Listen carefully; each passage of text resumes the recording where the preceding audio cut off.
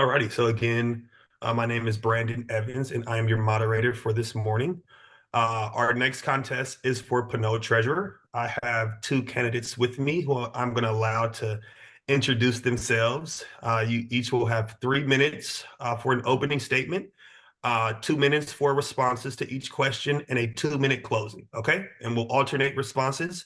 We're going to start with Mr. Swearingen. Thank you very much. Can you hear me all right? Yes, you're great. Thank you. I'd like to start off by doing a little history of myself. I grew up in Richmond. I went to Richmond schools and graduated from Richmond High School, and I attended the University of California and Corner Costa College. I received an AA degree from Corner Costa College in economics, and I was married to my wife, Rose, and we both worked for several years. She was the first woman elevated to a department managerial position as head of audit control at the Richmond Safeway distribution plant. And at that time, I was still working as a journeyman sheet metal worker. Took over my father's business and ran it for 30 years. I believe the treasurer position plays a very important role in our city government. An experienced treasurer is necessary, and it plays a role in recommending and assisting the city with their budgeting needs for current and future projects.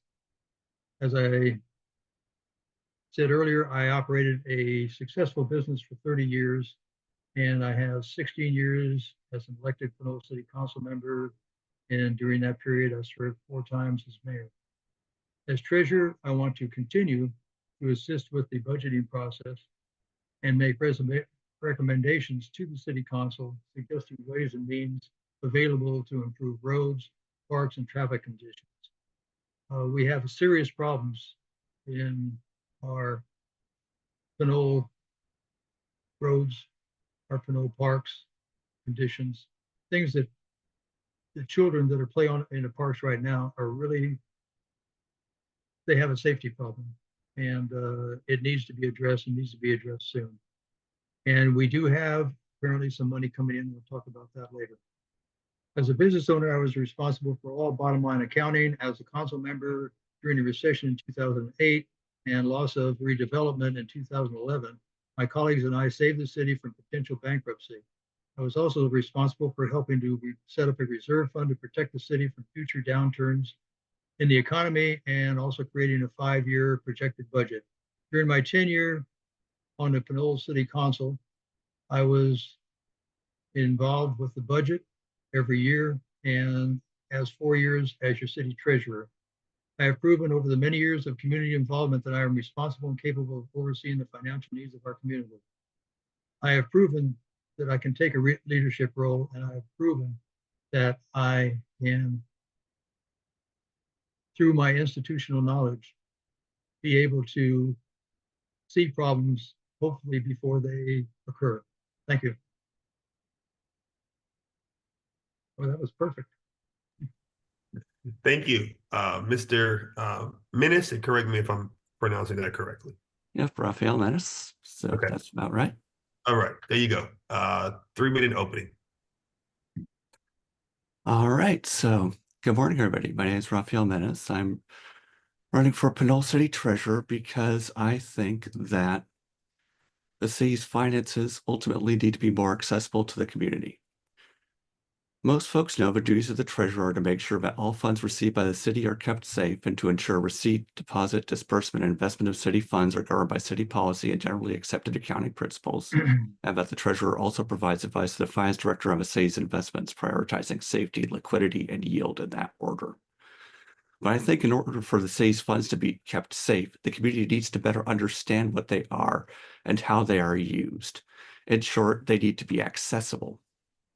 That is why I think that we need to have more frequent communication from the treasurer to the city council, and I would seek to have at every council meeting a treasurer's report, so the council and community can have regular insight into the city's finances and what challenges we are or will be facing.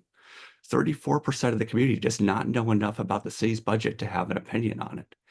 Given the significant fiscal challenges we are facing both immediately and in the medium term, that endangers the city. We had a budget shortfall that needed to be adjusted for through cutbacks in the city's reserve allocation and through freezing positions. A lot of people may not know about that. But I should also talk a bit, I think, about why I would be a good treasurer.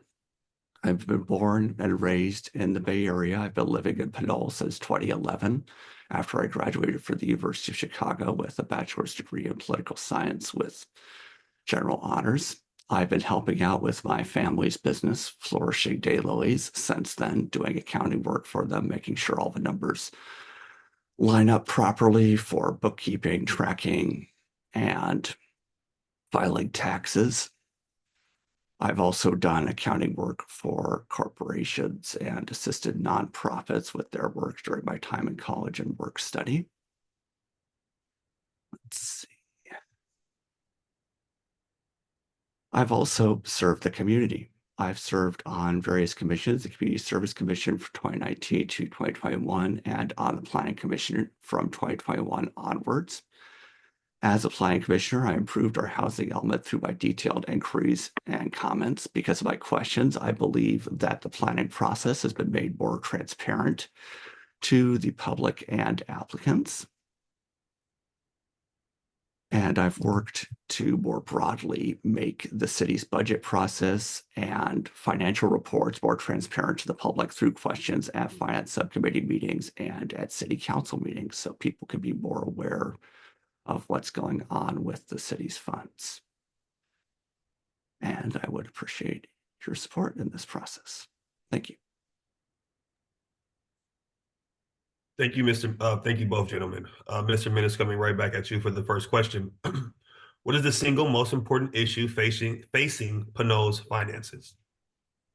The single most important issue facing Pinole's finances as it comes to the role of the city treasurer is the decline in the pension trust fund and the ability of it to offset the city's finances, directly linked to the rise in expenses the city is facing in the near term and the limited rise in revenues the city can have to offset that rise in expenditures. If you take a look at the budget, in particular, the long-term forecast, which you can find on page number 66 of the document, you will see that the city runs out of funds in the fund balance to a limited extent forecast in 2025-26, and to a major extent from 2026-27 going onwards, because our revenues are not increasing relative to our expenditures as much as they should be. In part, that's why I support Measure I, the sales tax measure, on this year's ballot, because that will help the city not need to withdraw as much fund from its reserves in the near term. But more broadly, when the city runs out of funds in the pension trust fund, estimated currently in the financial year 2029-2030, the yearly deficit jumps from about $2 million to about $6 million and continues rising from there.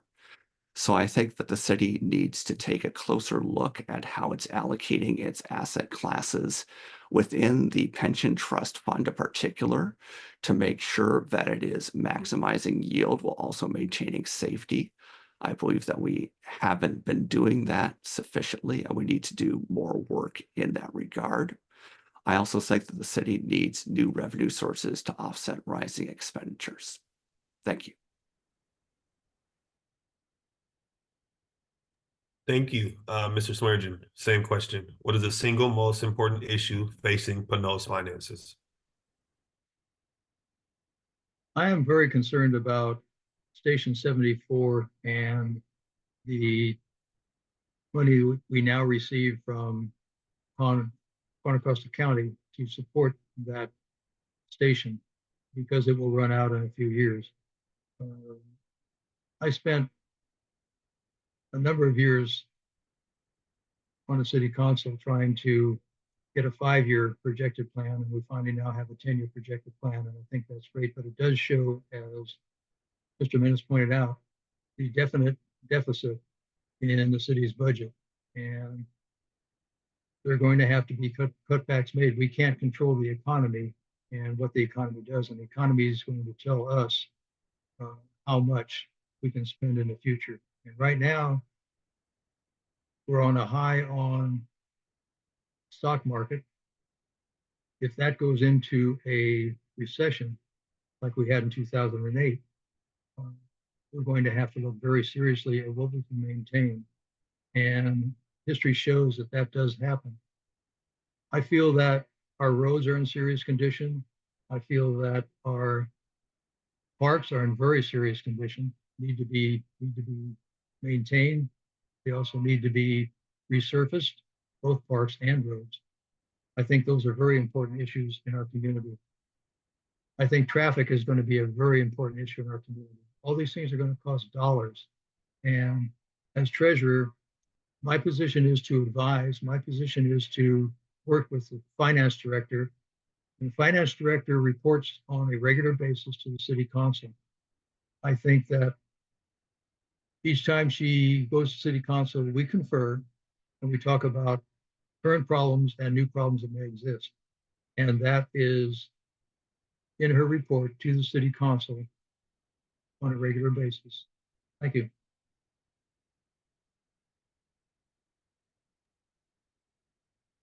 Thank you. Give me 1 second. Okay, right back at you, Mr. Swearingen. Do you support Measure I and why? Yes.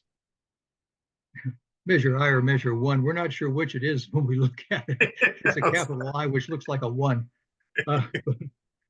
Yes, in fact, I am on the, I believe you find my name on the ballot measure and supporting it. We had the same situation occur in 2011 when we lost redevelopment and we had to put in a sales tax increase. It's sad that we need to, we can't support on the revenues that we're given, but we're vastly exceeding the revenue sources that we have, and Measure I is a definite necessity for the city to have passed. Fortunately, that's a measure that doesn't affect every taxpayer in Pinole directly. It affects them indirectly when they go to the store, but it doesn't affect them directly, which I think should be a reason, good enough reason for the taxpayers of Pinole to say, yes, this is something that we can do and something that we can certainly get back to having some of the things that we really need in our community. And I get complaints all the time when I go in the grocery store and when I go anywhere to do shopping from people who know me and say that, gosh, when are you going to take care of this? When are you going to take care of that? I said, we have the funds. And I said, you know, you have to support this measure. And that's why I think it's necessary. Thank you. Thank you.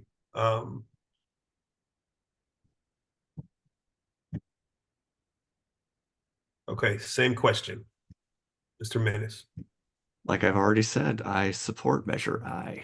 I would have been a signatory on the measure if I was offered, but that was the city's choice who got to sign onto that. And I support it for a few different reasons. The most immediate and obvious is because without it, we would need to immediately make substantial cuts across multiple departments in order to balance our city's ongoing budget. We simply would not have the necessary funds without it. We could, of course, reduce the reserve amount to avoid doing that immediately, but that would create longer-term risks in the event of a recession, as Mr. Swearingen has noted. And the council, I believe, is disinclined to reduce the amount of the reserve permanently. And since the role of the treasurer is to advise the council, I'm not going to try and compel them to do something they are disinclined to do. More broadly, I believe that most of the community is inclined to support a sales tax over other kinds of tax. While it is less equitable than some tax sources, it doesn't immediately impact people. It just impacts them when they go to buy things, and it's a relatively marginal increase. It's 0.5 on top of the various existing 0.5 increases that they've already passed. So it's also a familiar sort of tax. People in Pinole have passed similar taxes to this in the past. They know roughly what the impact of it is going to be on their personal finances. And so they can judge whether to back it on those grounds or not. So I think it would be a good idea for the city to pass Measure I, and I urge everyone to vote for it this November. Thank you. Thank you. Mr. Menis, we're going to go right back at you. What changes would you make in financial reporting to Pinole residents? I would make substantial changes in financial reporting. Right now, the way that the city's finances are reported, there are quarterly reports on the city's finances, so budget modifications if those need to be made, and their investments, and those are two separate reports. And then there's some more detailed reporting around the budget reporting process. I don't think that's sufficient. A lot of the time, the quarterly reports are on the consent calendar, so they're just outright skipped over at the council meetings, so the public doesn't get to hear them be gone into depth in more detail. And when they're gone into more depth, the treasurer usually isn't the one speaking about what's going on there. It's the finance director. Now, it's the finance director's job to actually implement the fiscal policies to make sure that everything is working properly, and the treasurer is more of an advisory role. But I think that given that we know that 34% of the voters in Pinole don't know enough about our budget to have an opinion on it, that we need to have more communication from the treasurer's office directly to the public. That's why I think at a minimum, the treasurer's page on the city's website should have certain charts showing people what we're spending money on from the general fund, where we're getting money from in the general fund, and what our long-term fiscal challenges are, so people can be immediately aware of the challenges we're facing. I also think that we need more routine updates from the treasurer, not just from the finance director, to the public through the city council, so people can be kept aware on an ongoing basis, not just on a quarterly basis, what's going on with the city's finances and any major issues that may be arising or can be predicted to come forward, so people can be kept aware of them on an ongoing basis. Thank you. Thank you. Same question, Mr. Swearingen. Well, thank you. I think I understand the question. Okay, go ahead. The treasurer's position is a supportive role to the finance director. Reports by the treasurer to the city council, I don't know that that would have an effect on the public. Unfortunately, communications with the public are limited to a Comcast system, and where many people don't get that system. People can refer to the website, and a report by the financial director is available on the website, and we do update that. I think it would be cross duplication to be spending additional time that could be used in other places for the treasurer to be creating a report every 2 weeks or every time the council meets. I think that report is available, and I don't believe that it is necessary for the treasurer to create a report every 2 weeks. This could certainly be done, but I don't think it would be any different than what the financial report already tells you. Thank you. Thank you. I'm going to start with you, Mr. Swearingen. Yes. How would you engage the community to better understand Pinole's budget? That's a good question. And we've tried to deal with this for many years when I was on the city council and involved in the community and projects and things like that. And I have talked to many, many people in the community, and they don't seem to really pay attention to what's going on with the city unless it hits them at the front door. And to get to them, I guess what we could do, and I think it might be a good idea, is to create a community flyer that would go out to everybody in the community as an update, and each person wouldn't have to go to the computer to find information. They would get a flyer on a monthly basis, and that flyer would update the community, not only what's happening financially, but what's happening in the community, what events are happening and things like that. This could be done more often because we need more volunteers in the community and we just don't get them. I've been involved in a lot of community projects over the years, and I find that going door to door still doesn't get the people to come out. I think you have to actually give them something that they can read and say, okay, how does this affect me? And if it does affect them, fine. If it doesn't affect them, it goes into the circular basket under their desk. Thank you. Thank you. Same question, Mr. Menis. How would you engage the community to better understand Pinole's budget? Sorry. All right, so I think there's a few different things that we could do on that front. I think that what the city has been doing with the participatory budgeting process, the balancing act and things like that has been a benefit to get the community to understand better. But I also think that we need to have more events to get the community to engage more directly with the budget.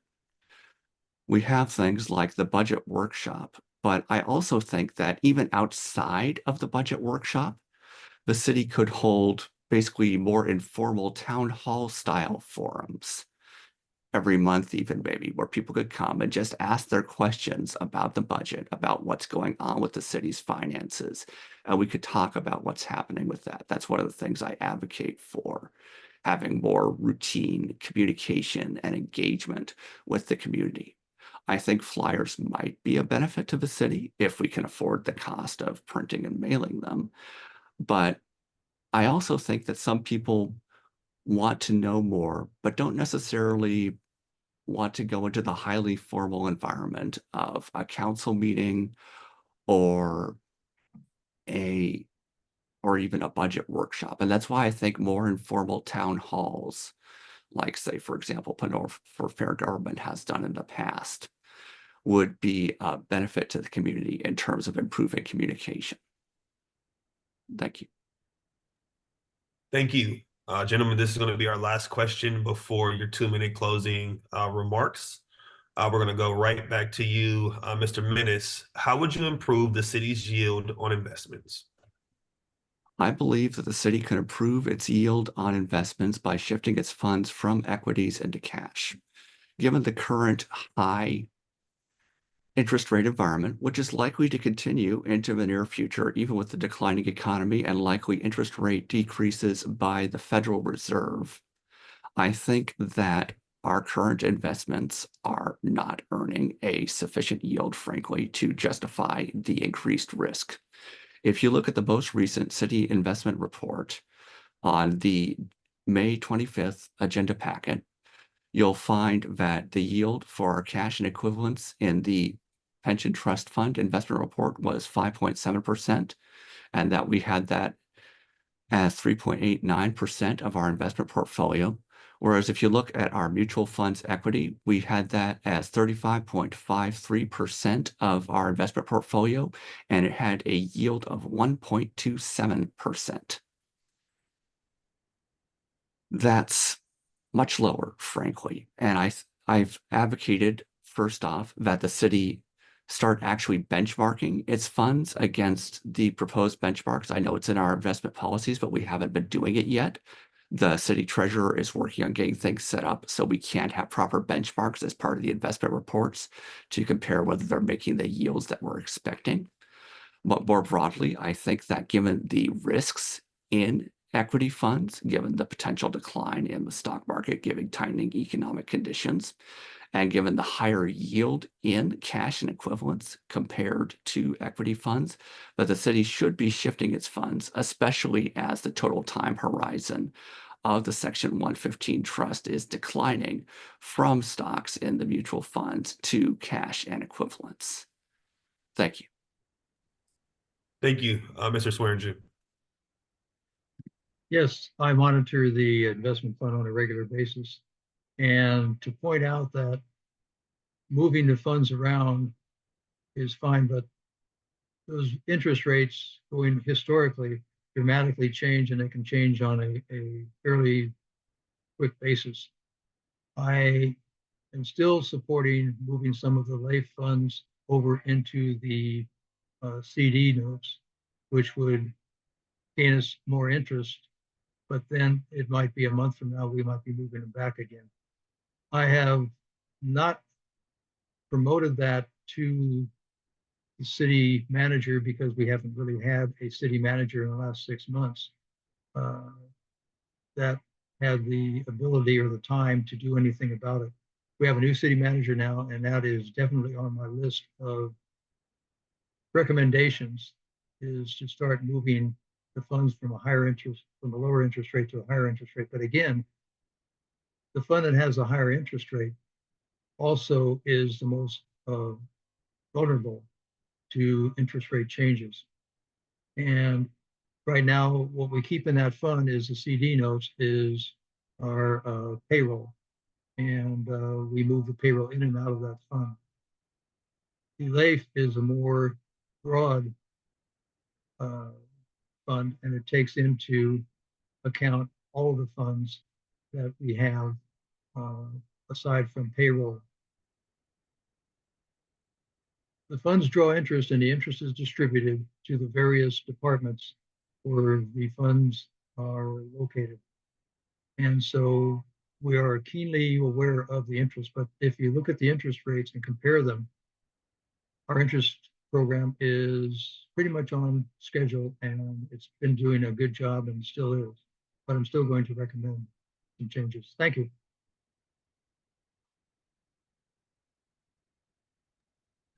Thank you. Right back at you, Mr. Swearingen, for your 2-minute closing.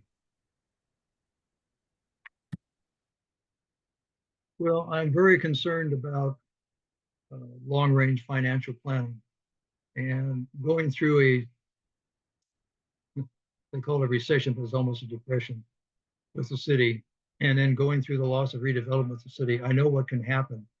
And as Mr. Menis pointed out, we may have to reduce staff. We may have to reduce the fire department again when the $2 million that the county is giving us now, when that time runs out, if we can't renew that, we'll be in a lot of financial burden. I see these things coming because I've been there and I've done them. I can ensure that the city financial program stays stable. And I confer with the finance director on a regular basis, weekly, to ensure that the community is getting the best bang for the tax dollars. And I am concerned with other things in that budget. I'm concerned with consultants. I'm concerned with outside contractors and how much they're billing us for hourly rates. These are things that I think we can do more about, and that we can maybe reduce in the future. I'm really not happy signing checks for $40,000 or $50,000, and in some cases $180,000 to consultants to do work that I think we don't need to have done. So in the future, I will be advising the council more on this check writing and how much it's costing our city. And part of the reason that we're having funding problems is because we're spending money in places where it doesn't need to be spent. Thank you, and thank you for your endorsement. Thank you. Mr. Menis, 2-minute closing statement. All right, so I'm running for Pinole City Treasurer because I think the city's finances need to be more accessible to the community. We're facing major challenges, as we both noted today. And so people need to know what's going on with the city's funds. I don't think we're clear enough on that. I think that the city needs to be accountable to the community, that government should work for you, not the other way around, and that as a Pinole resident, you should have a say in how your taxpayer dollars are used and have the authority to hold our elected officials accountable for spending decisions. That's why I think there should be regular reports on where monies are being spent, benchmarks to show whether our investments are earning the returns they should, and having community engagement events so more people can engage with the budget and use tools like the balancing act. We have that in place, but we could do more with it. And I also think that fundamentally, the challenges that Pinole faces in the future are fundamental enough that we need the community to be aware of what those challenges are. We need people to buy into what the city needs. Because over time, even if our revenues stay exactly the same, even if we don't enter a recession, we have a short-term rise in pension fund costs as CalPERS has a rise in the unpaid pension fund liability through about 2035, and then that starts to drop off. But even after that, we have a continuous and ongoing rise in retiree healthcare benefits that never stops going up by 5% per year, year after year after year. So in order to fund our already existing obligations, we need for people to know what's going on with the city's finances, and we're going to either need more revenues or substantial cutbacks. So I request your vote this November. Thank you. Thank you both gentlemen for joining us this morning. Really excited to have you with us. Good luck to both of you, and hopefully, see you guys around. Thank All you, right. Mr. Evans, and thank the League of Women Voters and the City of Richmond for putting this program together. We really appreciate the opportunity. Thank you also, Mr. Evans and the League of Voters for hosting this. I'm glad that this event was able to happen and appreciate it.